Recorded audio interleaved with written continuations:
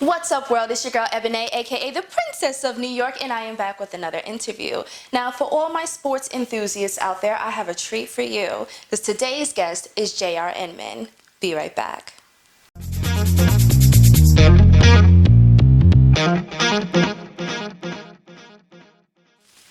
Welcome, J.R. Inman.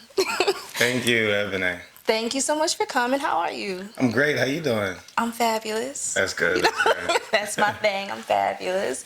So let's just jump right in there because we got a lot to talk about. Yes, we do.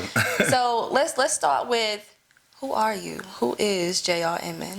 Well, J.R. Inman is a lot. I, first and foremost, am a child of God. Mm-hmm. My mother was the first ordained deacon in the Baptist ministry. And she always taught me different teachings, right, in terms of morals and ethics. And to anything I do, regardless of which hat I'm wearing, that's something that I always put in the forefront, my relationship with God. I like to consider myself educated as I graduated from Rutgers University. Okay. Was fortunate to play college basketball, which for me has been a platform that has opened up everything that has happened to my life. I'm a teacher. I love working with kids. I love motivating them and showing them different experiences because I feel like it's a vehicle, and again, another platform that God has given me to be able to outreach to the community and just help people any way I can. And I'm an author of this interesting book, When the Air Comes Out of the Ball, that for those of you who don't know, but now will know, has a fabulous story within itself. So it's hard for me to really say who I am. And if you ask my girlfriend, she'll try to sometimes say I'm certain things. And I'm like, it's hard to describe me. So you can't just say I'm this, I'm that. I'm more or less just a jack of all trades, type person that just loves helping people and just being happy, living life. That's what's up. I love that. Let's talk about your life in basketball. How did we get started? When did we get started? Why? Wow. Well, that's a journey within itself. My first team I ever played for was the Valley Cottage PAL, right there in Haverstraw, New York, in the rec center. My father, the late Gerald Inman Sr., was our first coach. And what you're going to see, not to kind of give it away to our potential viewers, in the very first scene of When the Air Comes Out of the Ball, the main character, Keith Williams, who is also, in real life, my uncle, Keith Williams, who's actually also deceased. You're going to see him and his childhood friends come together from my first basketball experience, which was 1999 for the Valley Cottage PAL team that we played for. And that's where it all started. That's where I was exposed to basketball on a lower level, but nevertheless, working with people and new friends in my community. My dad, again, being our coach, we won the championship our first year. So I guess you could say that was the beginning of our success. I played high school basketball at St. Joseph Regional High School in Montvale, New Jersey, where myself and my two fellow teammates that are now playing a different game, Jason and Devin McCourty, are playing on the New England Patriots. Jason, Devin, and myself brought St. Joseph's second state title, school history, in 2005, where I'm the all-time leading scorer at St. Joseph Regional High School. Finger snaps? Yeah, a little bit. Congrats.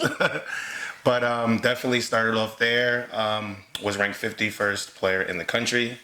I had a number of scholarship offers I accepted and signed my letter of intent to play collegiately at Rutgers University in New Brunswick, where my success and failures both continued. And that's pretty much the premise of my book, right? The fact that throughout life, you have highs and lows. And it's athletes that have this glorified, if you will, lifestyle, where a lot of people focus on the positives, but don't really understand or conceptualize that they're humans and negative things happen too. But if you have the right ethics, have the right principles, you kind of be able to get through. So my experiences that I went through while playing Division I college basketball at Rutgers kind of molded me into the person I am today. And then after 2009, graduating from Rutgers, played overseas for 5 years for over 12 countries. Started off in Czech Republic. Okay. And my last season playing was in 2016 for the Westchester Knicks right here in Tarrytown, New York. There in between, a lot of experiences, a lot of which were in my book, some of which I was waiting just for you guys so I can show you the life of an international basketball star. Okay. All right. So we already started talking about the book, so why don't we just continue with that? It's called When the Air Comes Out of the Ball. Yeah. What's the meaning behind the title? When the air comes out of the ball, Ebonée is a simple metaphor. I tell kids that if I was a tennis player, I could have named it When the Strings Come Out of the Racket. I believe that everything that you can do has a beginning, a middle, and an end. And with basketball, you know, understanding that every athlete will and has played their first game and will ultimately play their last game. Yeah. And it's all about the resources that are provided to you and different things that you decide to take advantage of. What are you going to do when you played your last game? Are you going to use all of your networks to a positive to bring you, you know, success? Or in the other cases that we've seen on the news and everywhere else, situations where people did not take advantage of the resources that were provided for them. So this is a how-to on how to use athletics as a stepping stone to bring you ultimate success in life. Well, we ended up meeting through a mutual friend, Samuel Harps, who I did an interview with a couple of episodes back, and he's actually helping you kind of like craft the screenplay version of the book. What are the differences between the book and the screenplay? So, there's a lot of differences. They both have the same premise. So for everybody that would be interested in watching the movie, I would encourage them to read the book as well so they get kind of background information. Okay. The book itself, the manuscript, was written more or less as an easy reader. I was trying to focus just on the youth and like different memoirs and stories and messages that they can be exposed to that would then give them the opportunity to like say, okay, if he did it this way, I can do it too. Right. Right. So I wanted to leave out a lot of things that I think behind the lens of a video camera would kind of be a little more like exciting for the viewers to actually sit down and watch. So there was explicit details particularly with the adversity that I had gone through that pretty much I withheld from the actual manuscript of the book that we will have an opportunity to see in film. So when I met Samuel and he kind of gave me the ins and outs of my story and why he thought that it would be a great featured film is because he described it as being timely and poignant. And I believe that absolutely. When I think about the script from start to finish, I started writing it in 2009 and it got published in 2013. Yet we're in 2019 right now. Yeah. So the same message when I think about like when the air comes out of the bowl, use your gifts as windows of opportunity. The same message still applies. Right. And it will until the end of time. Right. So I think that the details specifically of what I went through and how I was able to overcome them is going to be revealed on the film. And people that have had the pleasure of both reading the script and watching the film will definitely see the difference in the compare and contrast. And they'll take away different ethics and the message itself in a slightly different way based off how different the script and the movie actually are. Right, because there are things that you can't possibly put in a movie because sometimes it'll just be way too long. But there's a lot of things that you would put in the movie just to, you know, spice things up a bit and, you know, make it more appealing. Would you say that you added some embellishments or you just decided to, like, include some things? Oh, that's a great question. Combination of both. I'm literally taking away experiences from either myself or other people that I'm combining in certain characters to bring so many different principles. I mean, the controversial debates that are covered in our script that we're developing are substance abuse. There's date rape involved in it. There's obviously deceit when you talk about envy and jealousy and, people that are around you and don't necessarily have your best interests at heart. There's scandals involving the NCAA and college recruitment. Wow. It's a very heavy load in terms of what we're covering, but it's all facts and it's all based off and inspired off my original message from my life. So there's no fabrication in the sense of us making things up, but some of the character details in terms of where they're from and what their names are and what they're about are all based off true stories of real figures, and that's what I think makes the overall script like very potent, is that it has authenticity. So we just kind of like did like a Dragnet or a Law and Order. We changed the names and the places to protect the innocent. Exactly. Okay. Exactly. Including myself. I am J.R. Inman, but the main character who is based off myself, in fact, is Keith Williams, my uncle, who was shot and killed by a police officer in 1991 in Harlem. So, again, his spirit kind of vicariously will live through me, through this amazing story, and it's cool that I get to now commemorate almost that feeling of having my mother's only brother kind of reincarnated in a sense. So it's cool. That is cool. Let's talk about the section or sections that you left out of the book that we're going to see come to life in the movie. Okay. Now those sections that you speak of, there's so many. There's about 4 or 5 different really like key essential parts of the movie that I decided not to include. But I will say this, chapter 4 in my book is Climbing Over the Hill. Okay. I talk about facing adversity of a college athlete, which different things happen to different athletes, but they all have usually the same result, right? It's hard unless you have direction, unless you have perseverance to understand how to overcome certain things.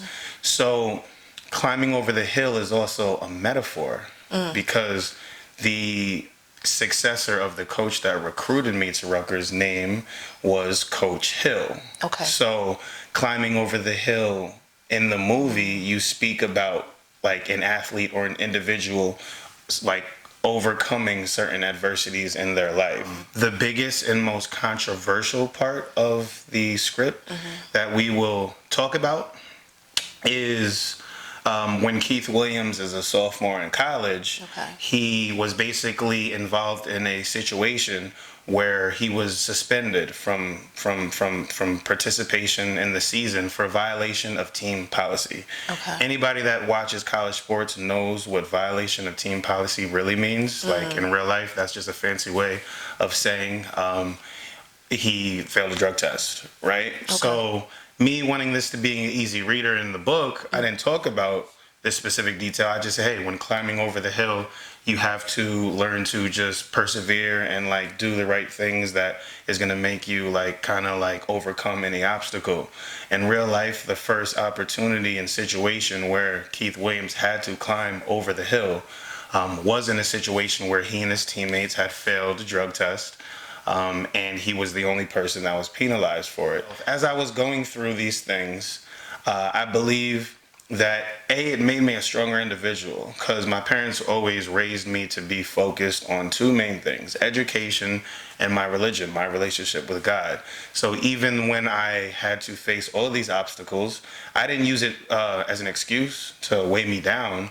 It did isolate me in a sense because then I didn't necessarily trust just anybody, Right, and that's expected because of the situation. Exactly. So I used it as a learning op, right, to teach myself that, listen, first, there are certain standards that you have to adhere to, and when you don't, for whatever reason, there are repercussions.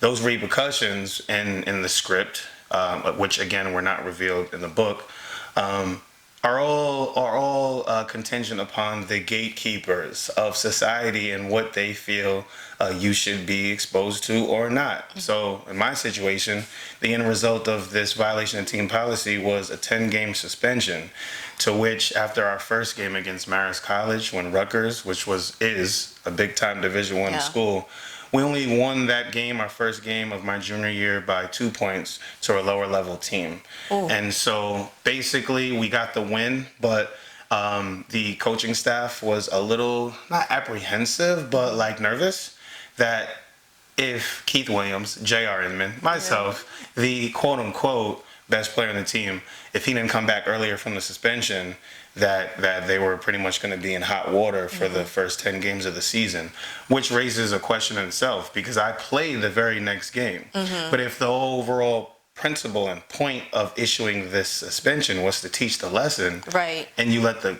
athlete come back early, where's your priority? Where's your ethics? Are you really more concerned on trying to win or trying to make sure that it marinates through the athlete, right? So there's a lot of dark stuff, and I'm confident now to bring it forward because I believe that I'm almost a martyr in a sense. Like, I do believe that I have a platform from basketball, and that, like, there were certain things that happened that if I can tell my story, I'll make sure to the best of my ability that it doesn't happen to somebody else. Right. And they may make the NBA someday because of their decisions, and that'll make me feel good knowing that they were able to take something from my message and make sure that they weren't put in that same situation. Okay. I like that. Is that why you decided to play overseas as opposed to, like, venturing toward the NBA, or because of this situation, were you not even allowed to go for the NBA? That's another great question, and I'm sure this is just the beginning of them. Yes. After my junior year, despite everything that happened, I was walking to class and received a call from, at the time, the director of NBA scouting. And he says, J.R. Inman, we want you to enter the NBA draft. And I was like, I was excited. Yeah. However, in a weird way, because my parents always emphasized education so much, as a junior, I was thinking about getting a degree. I honestly was not thinking about getting to the NBA, and I also thought I would have that same opportunity the next year. So me not understanding the terms and like how the process is of how to go from college to the NBA, I kind of told the scout or the director, I said, I really appreciate the opportunity, but I want to come back to Rutgers for my senior year, and the NBA will always be there. That's a good thing in terms of academic interest. Yes. But it wound up, in terms of basketball, hurting me more than helping. I found out through the grapevine years later that it had gotten back that apparently they thought that I was being cocky and saying, I know I'm going to make the NBA, it's all a matter of when. Or in fact, I was just a kid that was always taught to prioritize academics over athletics. And maybe I was ahead of myself, because what wound up happening, as a junior, I was averaging 18 points and 9 rebounds. I was top 10 in the country in points and rebounds in my position. So I was well on my way to be a first-round draft pick. Wow. Went through a lot of adversity, and my relationship with my coach continued to plummet. And I went from being the man, best player on the team, best stats, so close to achieving my goals, to then as a senior, I was benched. I pretty much came off the bench every game. My only game that I started was on senior night against South Florida when I had 12 points and 13 rebounds, which, to all you basketball lovers out there, that's a pretty impressive stat. Yeah. And there were NBA scouts that had followed me, but they had watched my statistics plummet from averaging 12, 13, 15 points a game to then just 4 or 5 points as a senior. Right, because you were benched so often. Because I was benched, and my coach decided to use the excuse of the reason why I violated the team policy as the reason why I couldn't perform. Well, if you're saying that this athlete was not capable of producing, yet the only time in the season you gave him a chance to produce, he had 12 points and 13 rebounds. And then the next day we played in the Big East tournament at Madison Square Garden against Notre Dame in front of Madison Square Garden, the world's famous arena. Yeah. I'm like, this is my chance. I might have played like 2 minutes of that game in front of NBA scouts. And then they said, he's not ready for the NBA. He needs to go overseas and gain more experience. So I went from a junior being invited to the draft to then as a senior, I got an invitation to no workouts. Like, obviously didn't get drafted. And it was hard for me, but nevertheless, I just kind of used it as another life tool or to kind of learn from.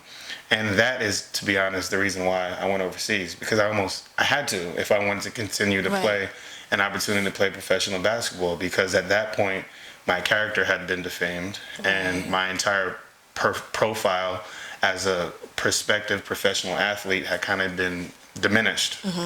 And I had to build myself back up just to get closer to that opportunity, which is why it took me 3 years after that of playing from Czech Republic to Lithuania to Japan, playing in South America, Uruguay, and other countries there in between, to then I tried to come back in 2014 and play in the NBA Developmental League, which is like the minor league of the NBA. Okay.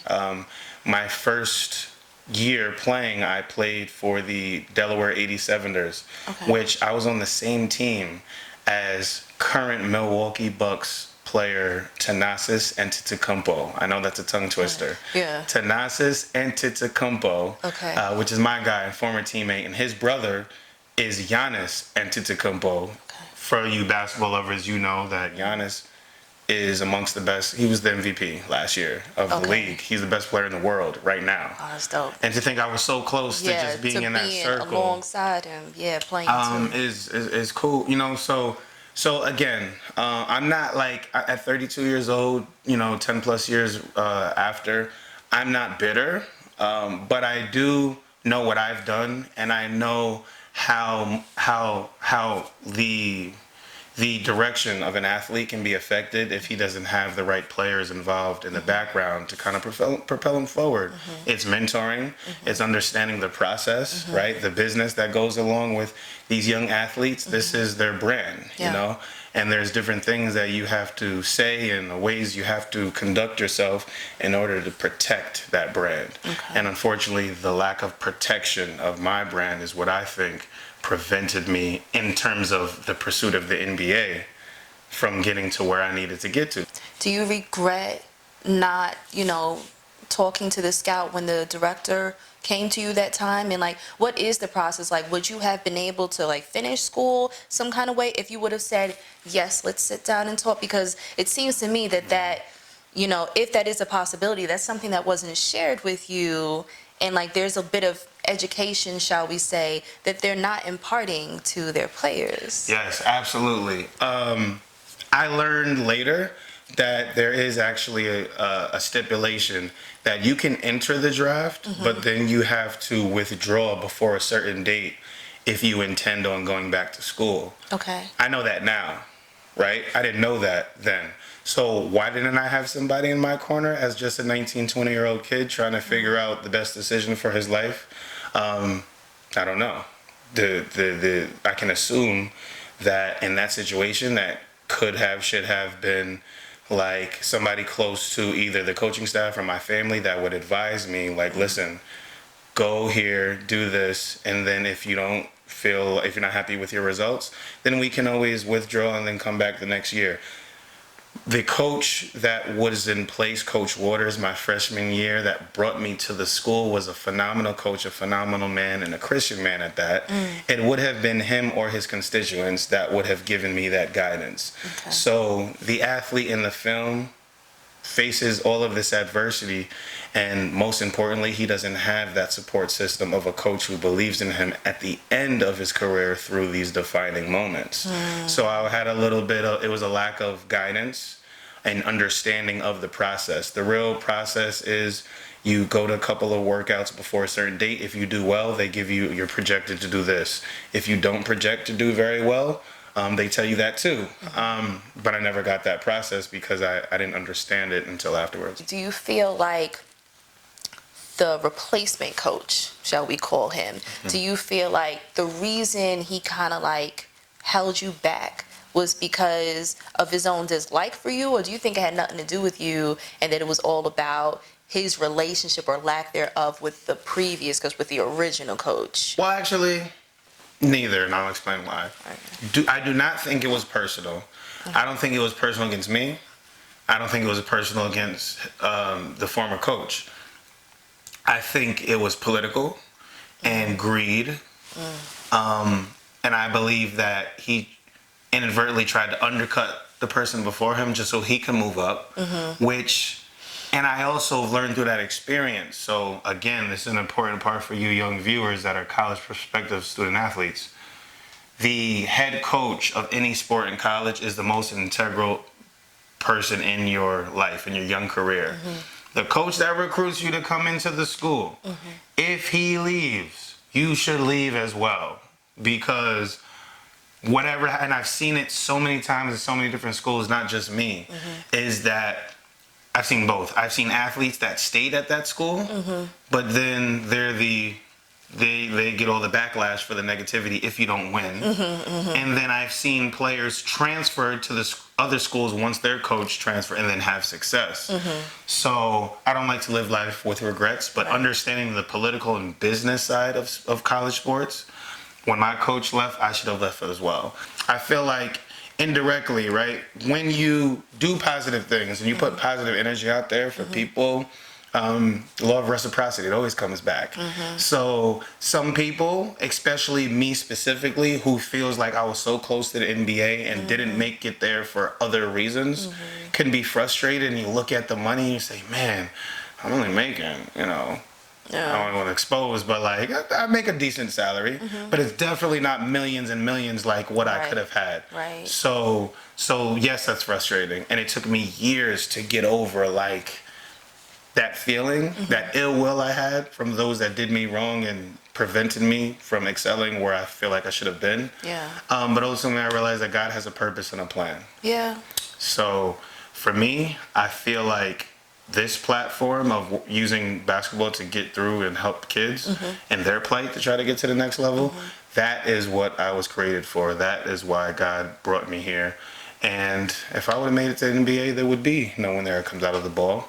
I wouldn't have had the time or even the know-how or even willingness to want to like write and then publish my story. So and you wouldn't have had that experience to propel you to even write the book in the first place. Exactly. Do you feel like writing the book was a cathartic experience for you?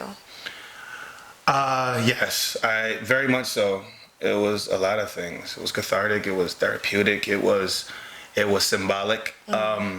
I started it as a doodling project when I was a senior in college. And at that point, I had been through so much. But my original intentions were just to vent. It was just a project that, as I was going through all of these things that we're talking about, I was sad, I was angry, I was frustrated, but couldn't understand why, because I was only 20 years old at the time I started it. What does a young 20-year-old do that was on top of the world with athletics, and then world came crashing down with no support around him to help catch his fall? So for me, that was my ventilation. I was writing down these different experiences. Never thought I was going to publish a book. Never thought about a movie.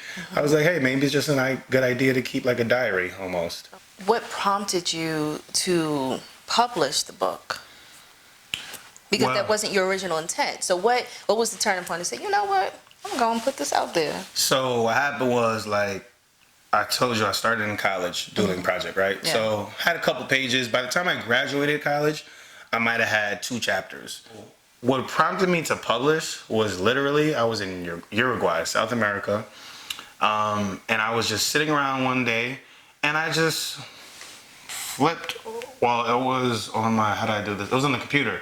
So I like scrolled all the way up, and I said, wow, I got like over 100 pages right now. Like, I should do something with this, you know? So then I started Googling, like, how do you self-publish? No, how do you publish? Because I didn't even know that yet.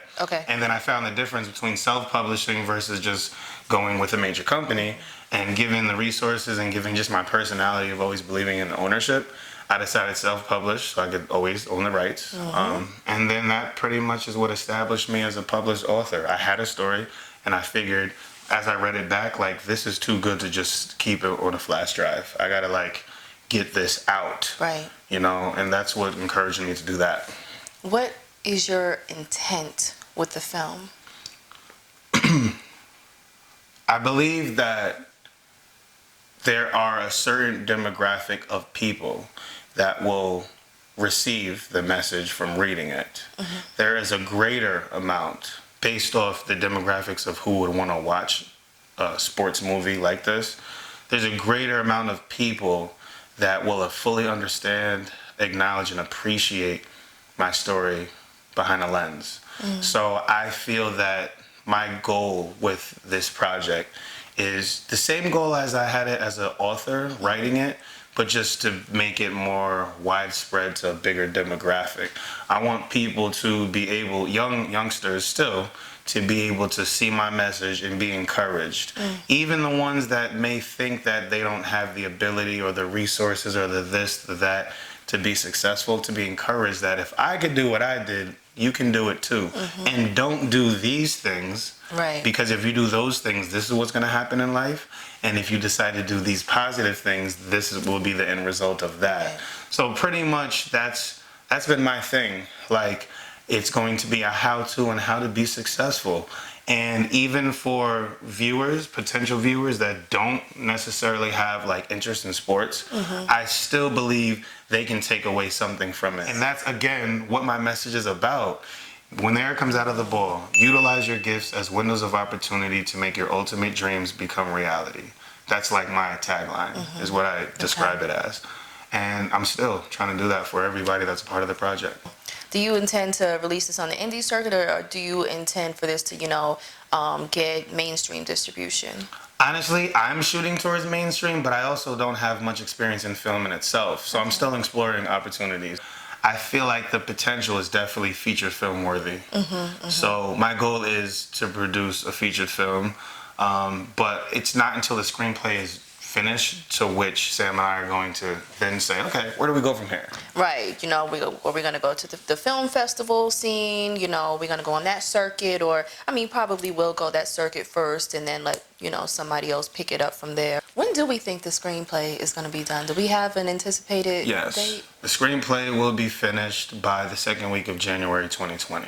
Oh, okay. Right around the corner. Okay. So we're right there. One thing I want to do with When the Air Comes Out of the Ball is start a separate series of it featuring other athletes that had stories similar to mine, which I think that's a good series all in itself, to just always have somebody different on air talking about their experiences. And I'm looking for an interviewer. Wink, wink. Ebonée. Got you. Yes. Got the receipts right here. Yeah. Y'all heard it. You heard it first. I'm gonna be the host for the docu-series, the episodic that he has for When the Air Comes Out of the Ball. Yes. So let's move on just a little bit. Okay. You do character development, right? And you're a coach. And You've got a foundation. Yes. So let's get into the character development. So by title, this last year, was my first year actually teaching character development in an educational setting. So a couple years ago, I had started my teaching portfolio, my first teaching job being at the Rockland Country Day School in Congress, New York, where I was only teaching physical education at the time. And then I had that opportunity, and then my second opportunity to teach was then my first in the classroom. That was teaching at the Charter School of Educational Excellence in Yonkers, New York, where there was basically a program called the 7 Habits of Highly Effective People.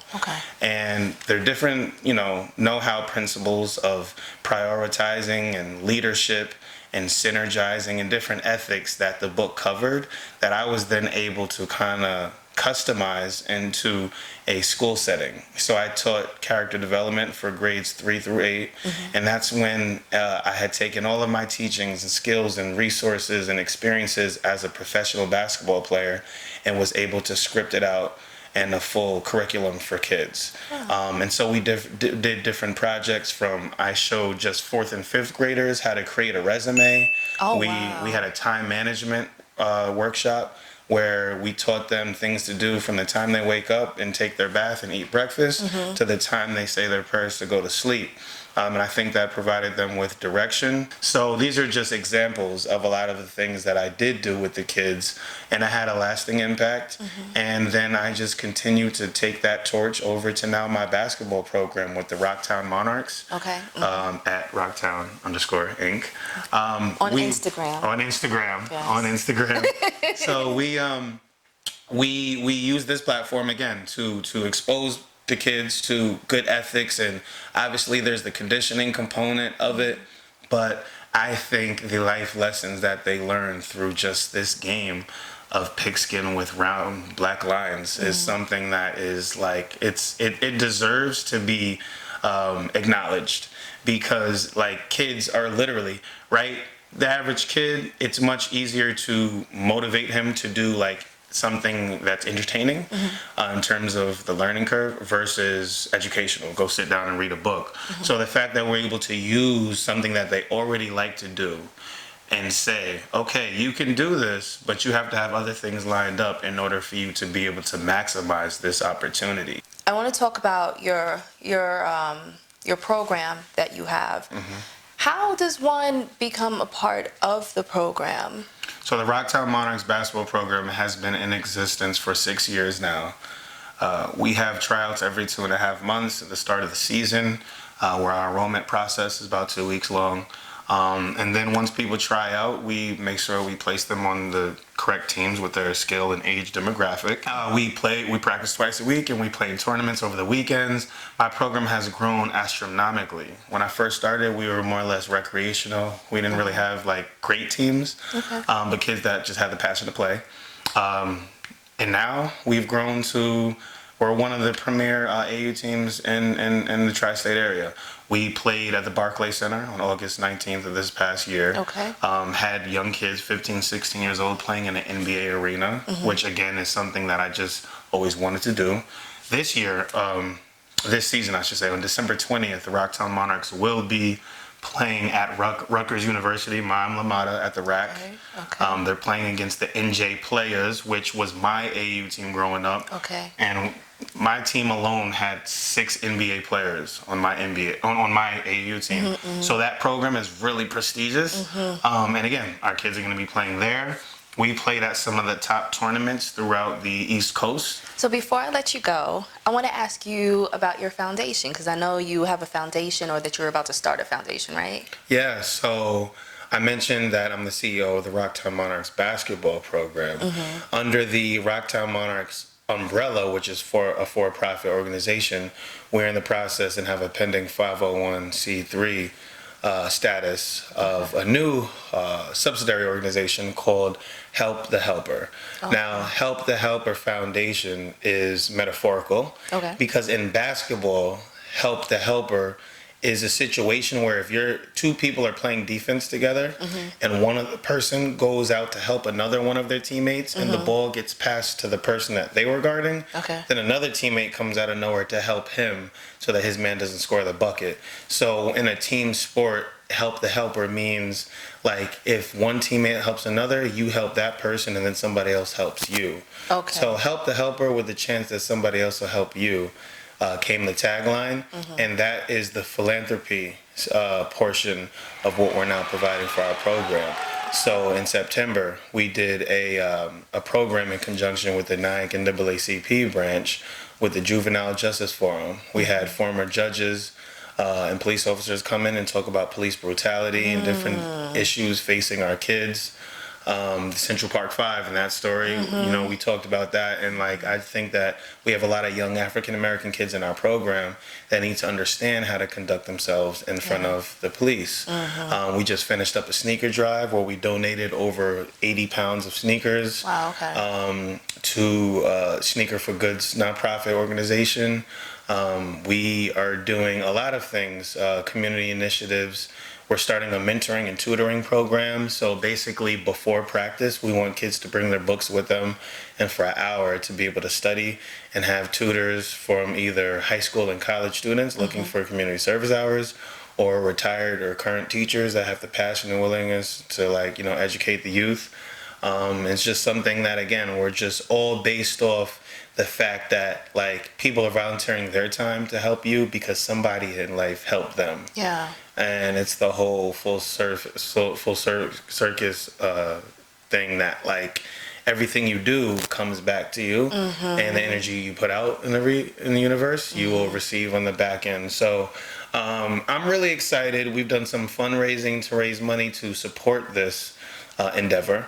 And once we get our official corporation, we'll be rolling. So Help the Helper is something that you've heard it now for the first time for our viewers out there, but hopefully some people even watching may want to get involved in that sector. So it's all about providing a platform that continues us to do the good works that we're doing in the community. That's dope. So if some of our viewers wanted to actually help out and help the helper, how do they contribute? So we're in the process of formalizing, right? So we need to create a website. We are already put the paperwork together to get our 501c3. Currently, the participants are being filtered in through the Rocktown Monarchs program. Okay. So currently our participants are all basketball players. Okay. They play for us. In addition to playing, they have the extra incentive of everything we offer through Help the Helper. In terms of volunteers, for, like I said, teachers, anybody that may want to tutor or mentor, that again is still in terms of the communication being filtered through our coaching staff and through our administrators for our basketball program that say, hey, so-and-so has volunteered. They reached out to us, whether it's our website, rocktowninc.com, our email address, rocktowninc1@gmail.com, or our business phone number, 845-445-8039, Okay. 445-8039. They have ways to contact us. They express interest, and then we get it rolling. But again, this is brand spanking new. This is something that we're excited about, but still working out the legwork. And we've already done a couple initiatives already. Okay. We've raised over $10,000 so far in revenue. We've had 3 official events.